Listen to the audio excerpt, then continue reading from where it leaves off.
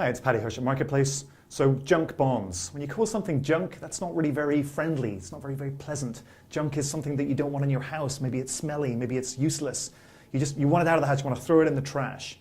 So calling a bond junk, calling it junk bonds is actually not really that appropriate because junk bonds can actually be really, really useful, even though they're still called junk. So let's see if I can explain this. Imagine let's meet my friend Angela. Okay, here's Angela, here she is. And Angela drives she's got a nice car, but she's got a few problems with the car.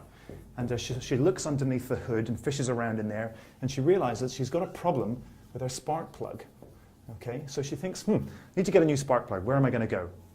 I could go to the dealer.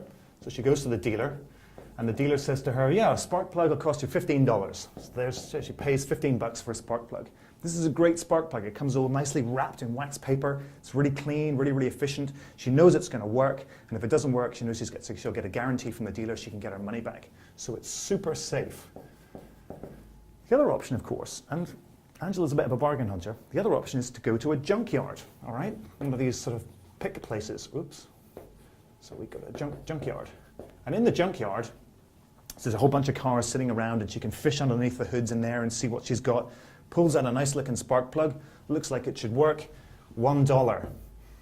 Okay, great, nice and cheap. But of course, there's a risk there, right? It's a risky thing to do because that piece of junky, that spark plug from the junkyard may not work that well. You may put it in the car, it may not function at all. It may be completely dud. You know, and in that case, there's no guarantees there. She's just going to lose her money. So when you get something from the junkyard, it's risky. So how does this kind of equate to bonds? Well, bonds are actually pretty similar. If you wanted to get a nice, safe bond, what you do is you go and you buy an investment grade bond. It's called investment grade. And that depends on the grade, the rating that's been given by a ratings agency. Investment grade bonds are super safe. But because they're safe, because they're issued by companies that don't have much debt or are in comfortable industries, or in industries where there's not too much competition, where they're able to make money, where you're almost certainly going to be able to get your money back if you've lent to them, where you're almost certainly going to get the interest payments that you're owed, those super safe, because they're so safe, they don't pay that much interest. There's not that much risk. So you get maybe sort of 2% on those bonds.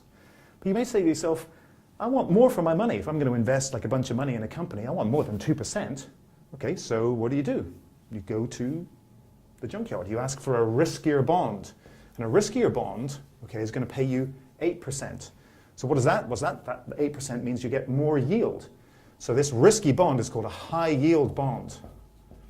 Now, because it's in the kind of proverbial junkyard, if you like, because it's more risky, because it's junky, potentially risky, that's why you get the higher yield. So when you hear junk bonds, the other word for junk bonds is high yield bonds, also non-investment grade bonds. And the upside, of course, getting a high yield bond is that you get more return. But of course, there's a big risk, because just like when you fish around for the spark plug in the car and the spark plug may not work that you get from the junkyard, the high yield bond that you get may also run into difficulties, because companies that issue high yield bonds tend to have maybe a lot of debt, or maybe in difficult industries, there may be some uncertainty about whether or not they're going to make their interest payments. There may be some uncertainty about whether or not they're actually going to be able to give you your money back.